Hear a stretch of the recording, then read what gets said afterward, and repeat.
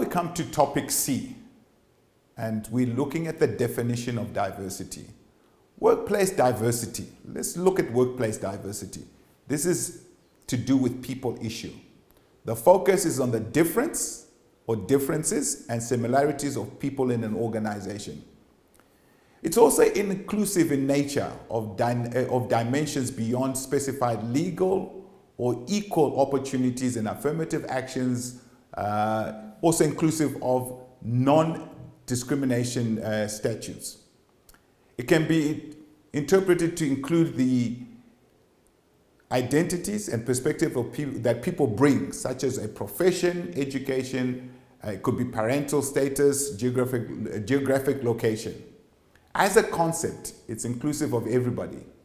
Complement non-discrimination compliance program, and also we look at the learning from others who are not the same about issues of dignity and respect. In continuation with the definition of diversity, dimensions of diversities that we need to look at include, but are not limited to, the following: age, ethnicity, gender, physical abilities and qualities, race, sexual orientation, educational background, geographical location. What about the variation of income, marital status, relationship status, parental status? It could be an issue of military experience, work experience, job satisfaction or clarification, and the one that gets quite hot is the issues in and around religious belief, particularly in an organizational setting. So let's also look at cultural diversity. Culture brings in conflict, it brings in a setting where we clash because of differences of culture. So difference in race, ethnicity, languages, nationality, or religion. A culturally diverse workplace promotes equity and enhances staff skills and organizational success. What are the benefits in and around cultural diversity? Well, one, it can bring in improved customer service. Two, community language skills and cultural competencies will increase. Another benefit would be the understanding and the ability to communicate skillfully with customers from ranges of different backgrounds and who speak different languages.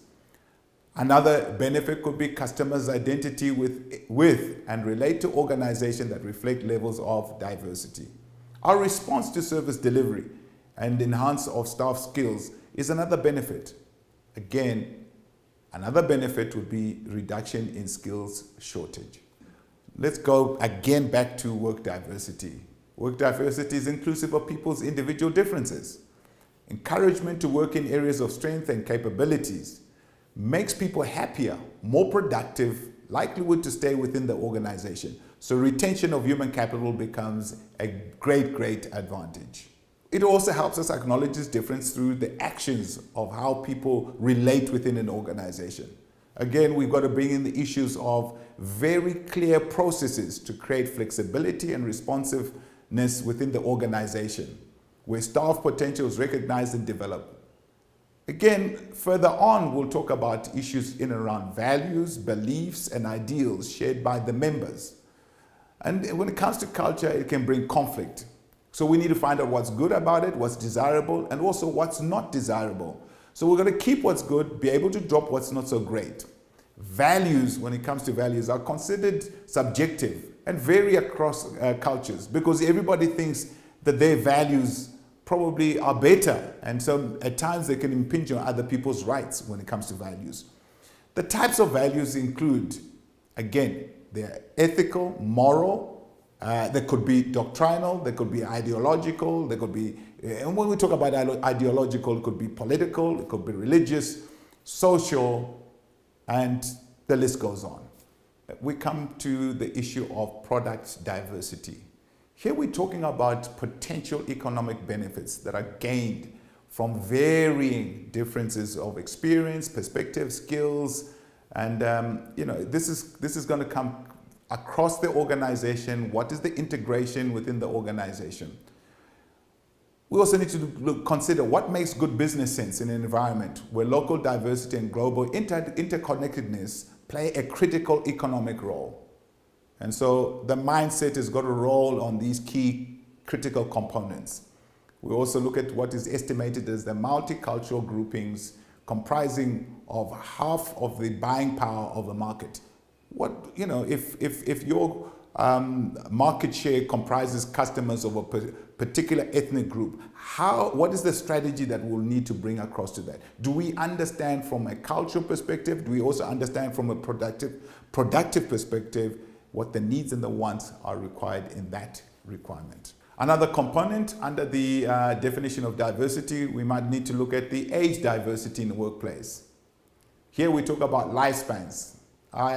In today's modern world, we tend to look at the life of a worker or life of an executive that continues to increase. Why? Medical technology advances, the issue of technology in the environment, people have more knowledge, people are better suited in how they deal with the health issues. While there are also incidents of discrimination that can be found, despite law against such practices, many employers are beginning to see the advantage of mixed age. So in other words, when I talk about mixed age, let me just stop here and drop anchor.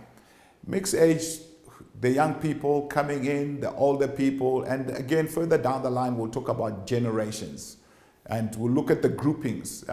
What do people from the age of 19 to 25 do? What do people do who are post 50?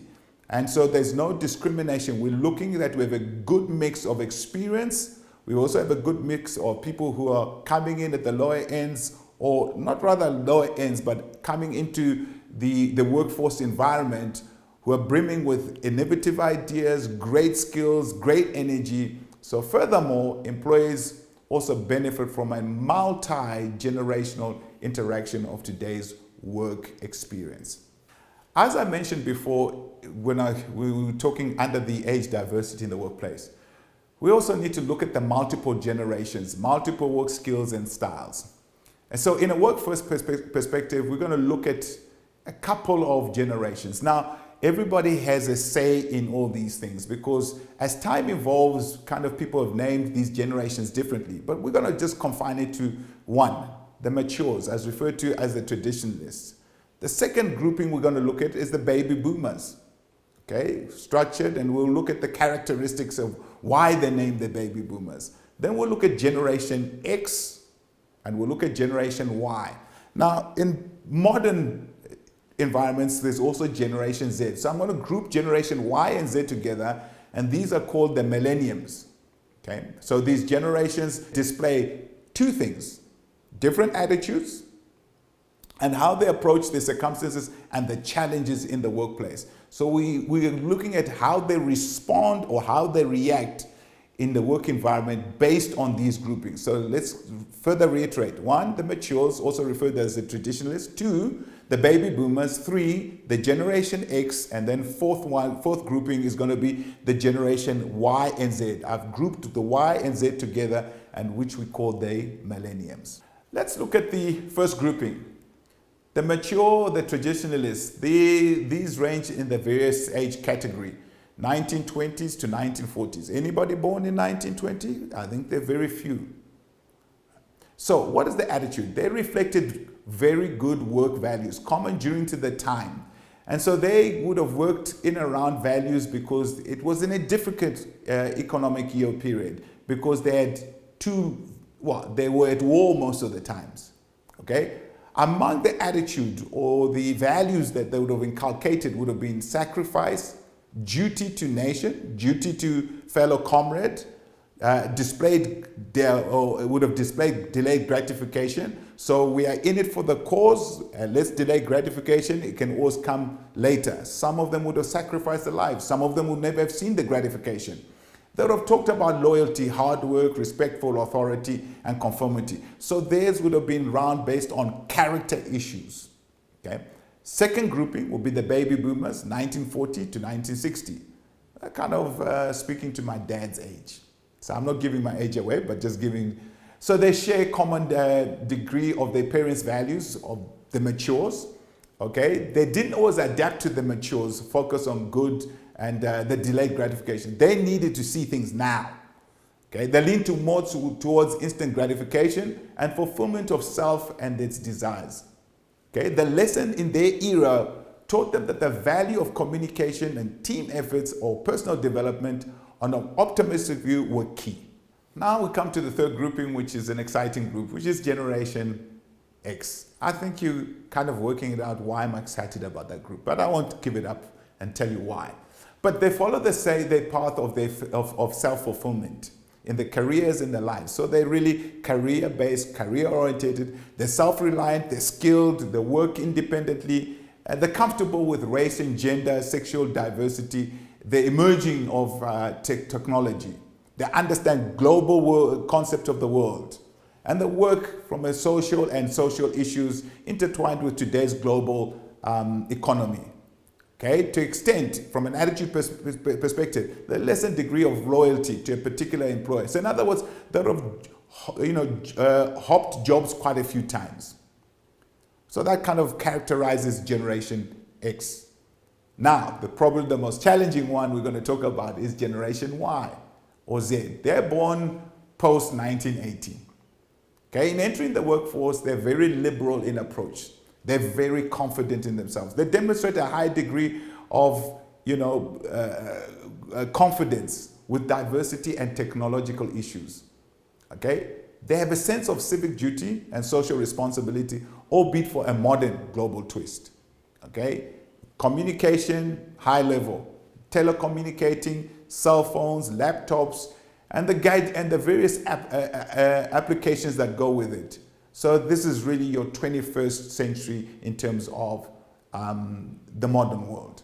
So having concluded the generational gaps or the generational facets, let's now look at the benefits of age diversity in the workplace. Okay, so each of these generations bring certain attributes and attitudes that help ensure the success of the business. So in other words, they bring a balance. Too much of one generation can set us astray. So they kind of operate in a check and balance environment. Okay? They bring a certain competitiveness that's healthy to the global market. They bring diverse skills and strengths and capabilities in tradition and modern markets and technological paradigms.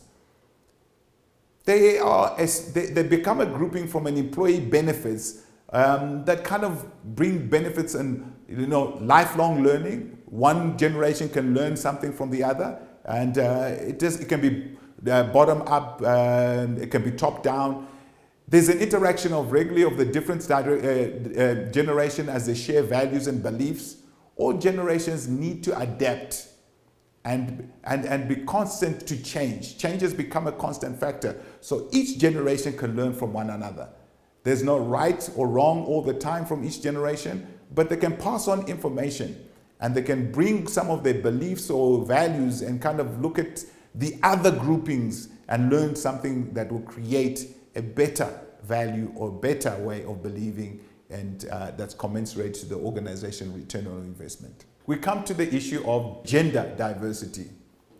And here we're looking at a positive mix of viewpoints, opinions, and life experience. We're looking to garner interest in keeping human assets pool vibrant and dynamic. Let's look at some of the benefits of the gender diversity.